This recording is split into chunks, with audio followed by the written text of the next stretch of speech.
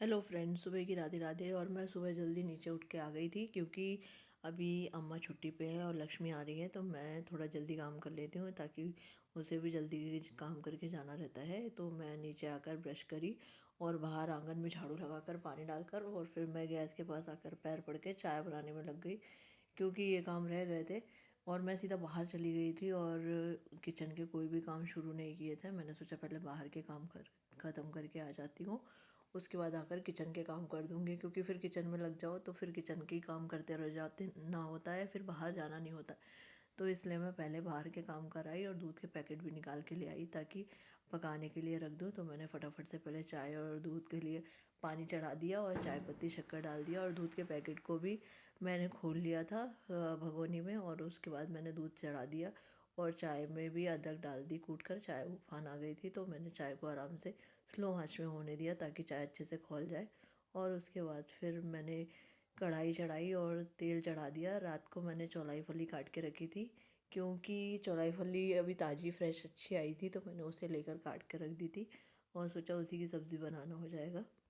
और इंदौर में उसे चौला बोलते हैं और जबलपुर में उसे बरबटी बोलते हैं, तो वही काट के रखी थी। और फिर मैंने उसका मसाला बनाया पूरा टमाटर का और बाकी सब बेसिक मसाले डाले और अच्छे से मिक्स कर लिया लहसुन के उसमें, और फिर नमक डाल के और आलू और बरबटी मैंने डालकर अच्छे से चलाकर मिक्स करना शुरू कर दिया था ताकि स्लो आंच पे अच्छे से पक जाए। कई लोग इसे प्रेशर कुकर में भी बनाते हैं, लेकिन हमारे यहाँ प्रेशर कुकर में नहीं बनाते हैं, हम कढ़ाई में ही मतलब स्लो आंच पे ढककर बनाते हैं। और इसे कढ़ाई मतलब प्रेशर कुकर में प्रेशर लगा के नहीं बनाते हैं।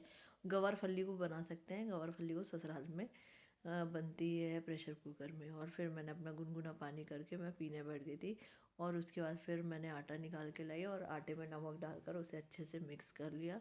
और फिर मिक्स करने के बाद मैंने पानी निकाल कर उसे गूँदना शुरू कर दिया था ताकि मैं आटा गूँद कर थोड़ी देर रख दूँगी तो वो थोड़ा सा भीग जाएगा।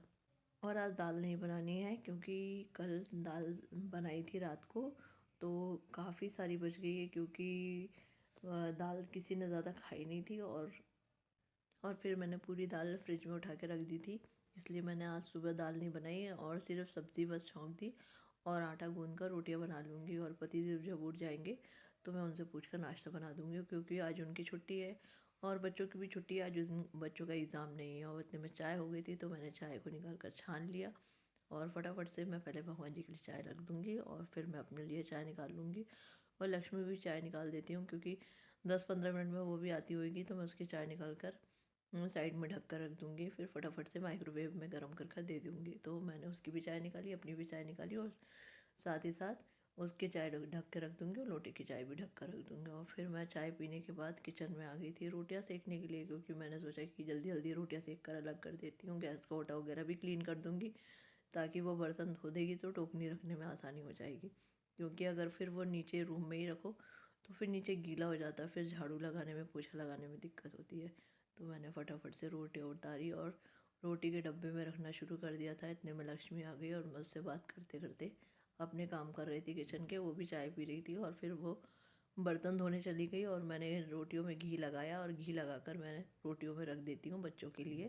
और रोटियों को रखकर मैंने मशीन में ब्लैंकेट लगा दिया है क्योंकि एक ब्लैंकेट बाहर रखा हुआ था मोटा सा, उसे धोकर रखना था, तो मैं मशीन में ब्लैंकेट लगा के आ गई ताकि जब तक का मैं रोटियां रखकर डस्टिंग वगैरह करूँगी तब तक ब्लैंकेट हो जाएगा और मैं उसे धोकर ड्राई करके छत में डालूँगी। और मैंने फटाफट से गैस का ओटा क्लीन करना शुरू कर दिया था, कूचे से लिक्विड लगाकर उसे अच्छे से पोंछ लिया और फिर मैंने सूखे कपड़े से पोंछकर गीले कपड़े से पोंछना शुरू किया था क्योंकि तिल तिल हो गया था और पराठे वगैरह सेको तो तेल थोड़ा बहुत गिर ही जाता है और छींटे भी उठते हैं। तो फिर मैं उसे अच्छे से पोंछने लगी और चिमनी को भी अच्छे से साफ़ करना शुरू कर दिया था।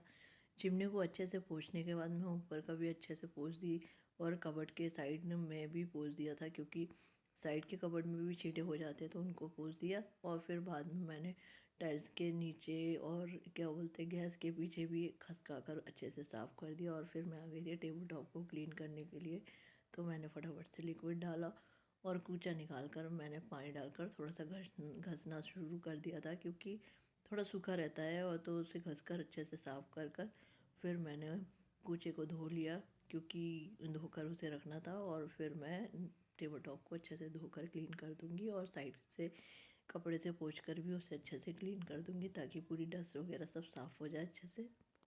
और ये सब करके फिर बर्तन रखे हुए थे तो मैंने सोचा उसे भी अरेंज कर देती हूँ।